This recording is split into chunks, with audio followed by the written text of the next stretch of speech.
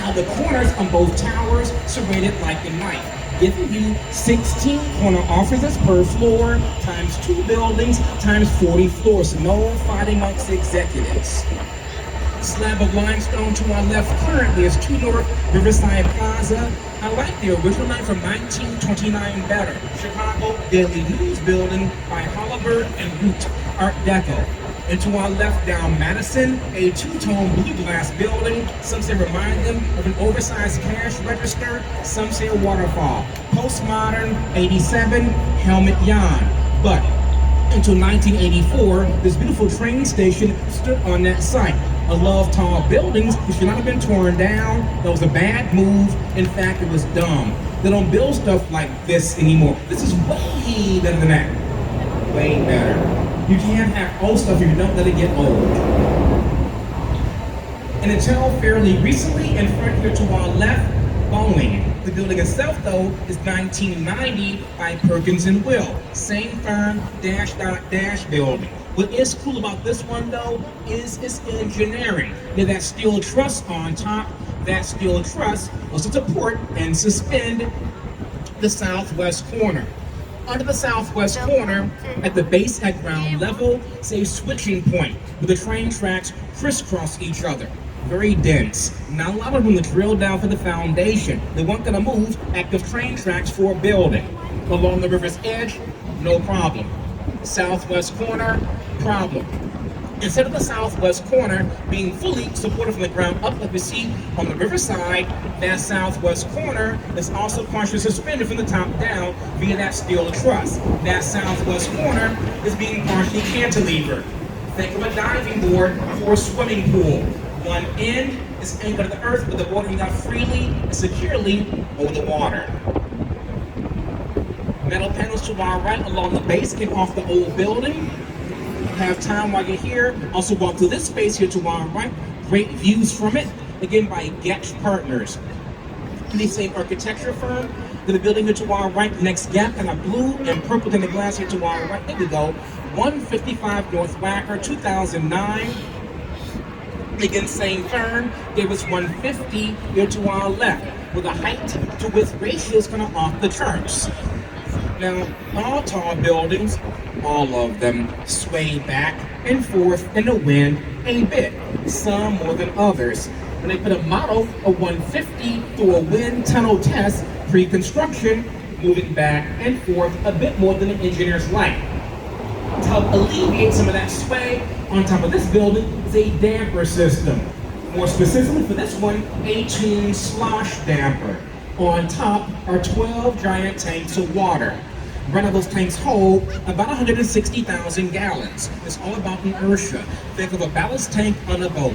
If the winds push the building in one direction, one of those tanks slosh to the other side to counteract the forces of those winds. Those water tanks can also be used as a secondary fire suppression system out of the Towering Inferno.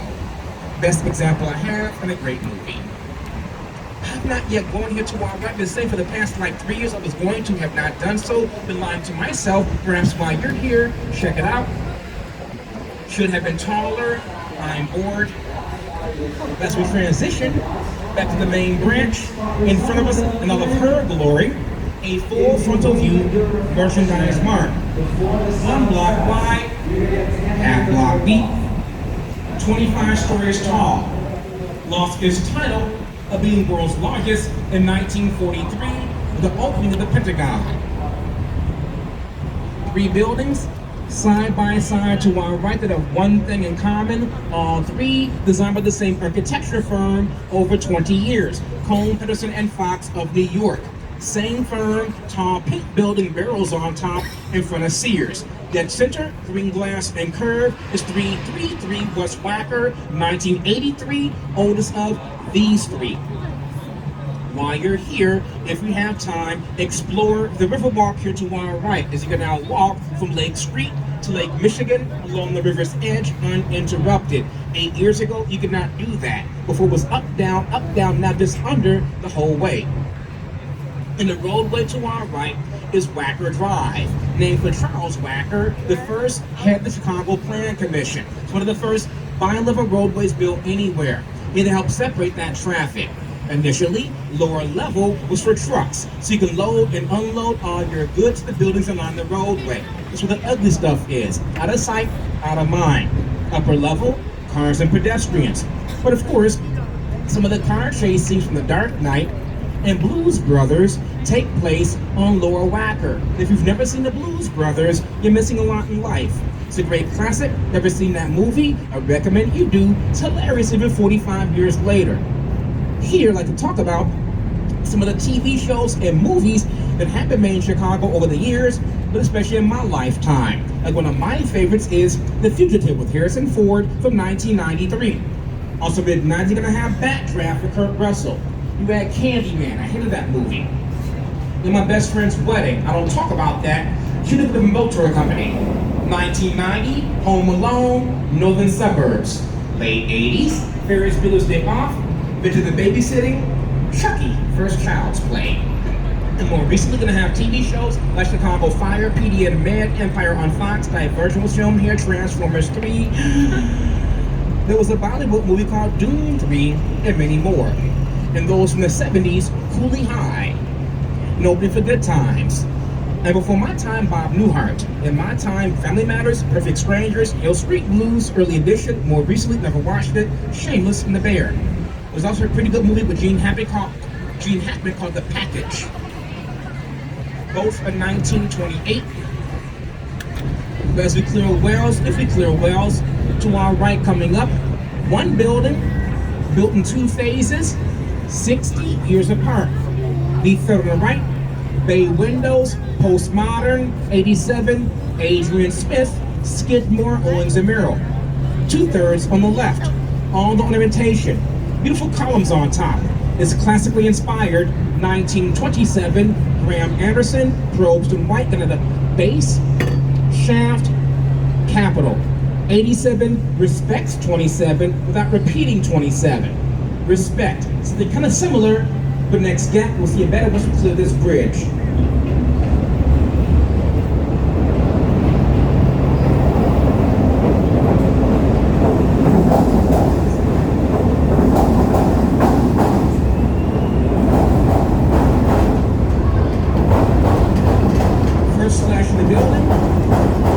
Setback.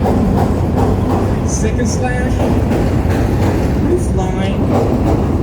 Third slash, build it to left, and small side profile. Respect. When first announced back in like 2005, there was going to be a 90-story tall building called Waterview Tower. The first developers only got as far as the 26th floor. We had the first gap. That's when the economy created back in 2008. Set as an empty vacant shell for like 4.5 years. And certainly not to dampen anyone's mood or spirit, but the worst disaster to ever happen in Chicago in terms of loss of life happened directly to our right coming up on the river. July 24th, 1915. It's called the Eastland disaster. EASTLAND. Short version, boat tied up here to our right. It's going to take 2,500 people to Michigan City for their picnic. Vessel always had ballast tank problems. They added extra lifeboats. It was 3 years after Titanic. Top heavy, unstable, not designed very well. And rolled over onto its side right here in the river, killing more than 800 people, 25 whole families. Again, July 24th, 1915. Part of the city's history, part of the river's history. As we clear Clark here to our right coming up, gonna have pediments with the doorways, beautiful uplighting, pediments on top, kind of reminds you of a Greek temple or a government building. Postmodern, 92. 77 West Wacker, Ricardo Bofill of Spain, Jim DeStefano of Chicago. Clapped in the beautiful white Portuguese granite. You step down one of the ruthless and somewhat stubby 55 West Wacker, 1968 by architect Otto Stark. Initially from the Blue Cross Blue Shield, I think it's now this office condo. It's always kind of reminded me of a giant pound sign or hashtag in the telephone. But do notice how the corners and roof line on 55 being respected by the building to its left. and 35 West Wacker, 1989 by Kevin Roche and John Dinkeloo. That is headquarters to Leo Burnett. The advertising firm has given us our icons like Twitter the Tiger, Jolly Green Giant, Macklin Pop. Have time while you're here, sit down, sit back, relax, have a glass or two. I have never gone to the Wynn Hotel to our right at Staten Lake by Jackie Koo. It's a rooftop bar. Everyone kind of falls in love with here better with Clear State Street. Everyone kind of falls in love with that green and terracotta and gold leaf clad building 2 blocks in front to our right. There is real gold leaf on top. The carbide and carbon building from 1929, Art Deco by the Burnham brothers. The sons, a city planner and architect Daniel Burnham.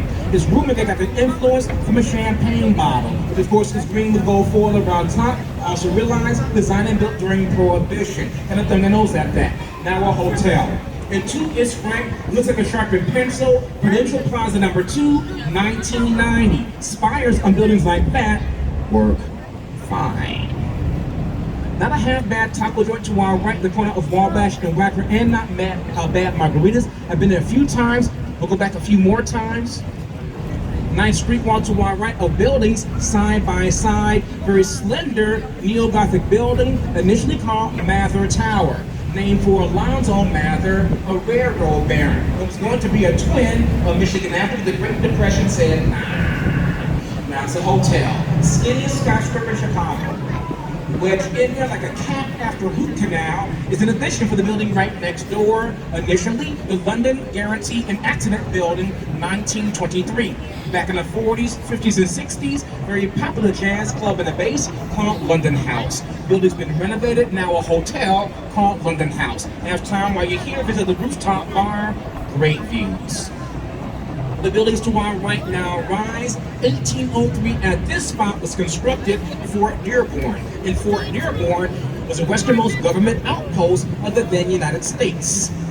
But now to our left, so near Michigan Avenue, now coming into view, the elegant Gothic Revival Tribune Tower, 1925. Back in 1922, the paper sponsored an international architectural competition. Grand prize, 100 grand to any architect that could design the world's most beautiful building.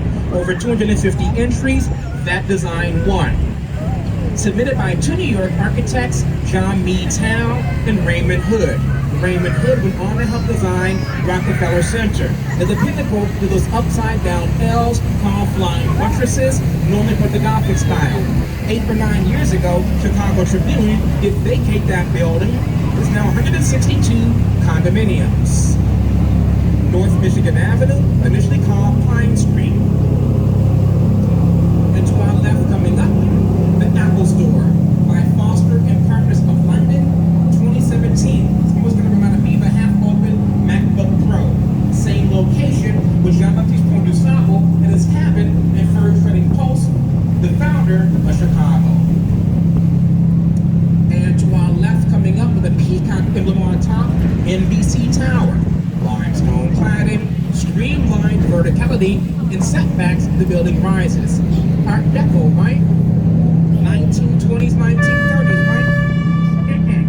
Not that one. Postmodern, Echo Deco, echoing Art Deco. 1989, Adrian Smith again singled the Trump Tower and Burj Khalifa, Skidmore, Owens and Merrill. But where's NBC headquarters? 30 Rock, Art Deco and Streamline, taking some personality from 30 Rock with that verticality, some personality from Tribune Tower with the flying buttresses, and meshing everything together. To our left, the Gleacher Center. This serves as a downtown campus for the University of Chicago. And apparently, none of the classrooms in that building have windows. They thought the windows would be a distraction for the students downtown. It's totally dumb.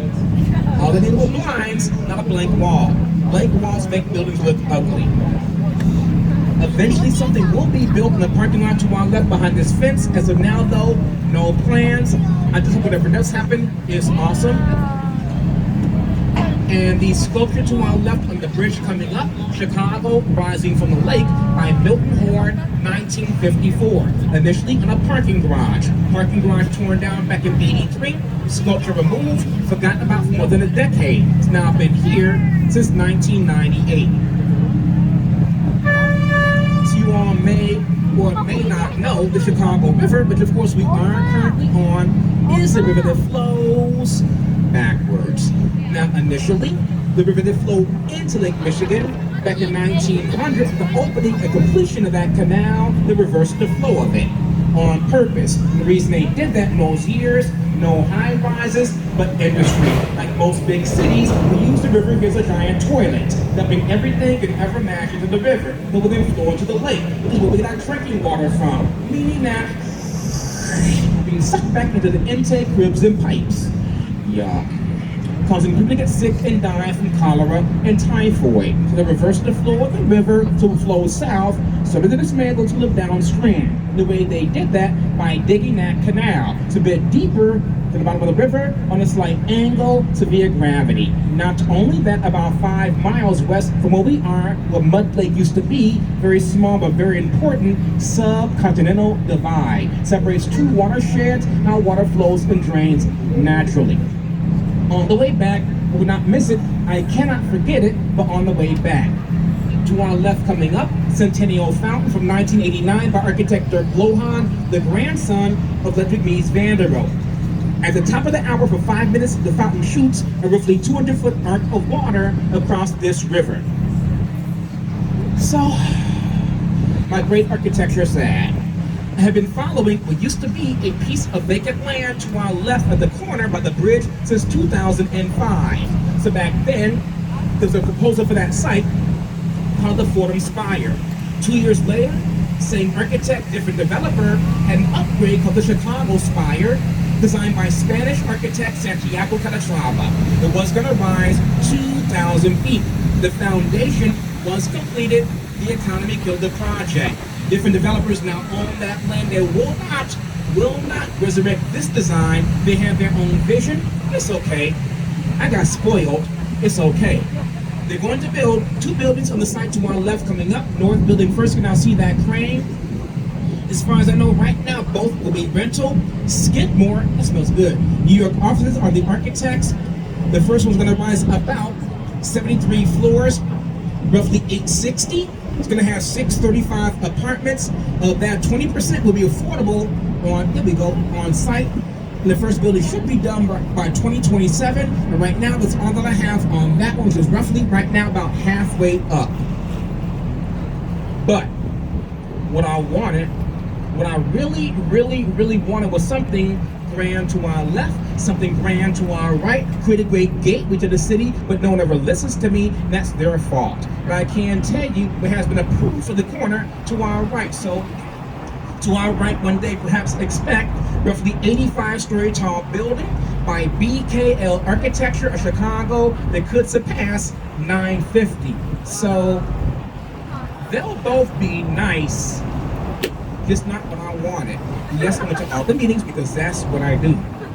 As we clear up Lakeshore Drive to our left coming up, Lake Point Tower, a bit older than many people realize, built between 1965 and 68, designed by architects George Shipwright and John Heinrich. Think of a giant three-leaf clover or shamrock being extruded up in the sky. I guess a giant fidget spinner in the shape of that building.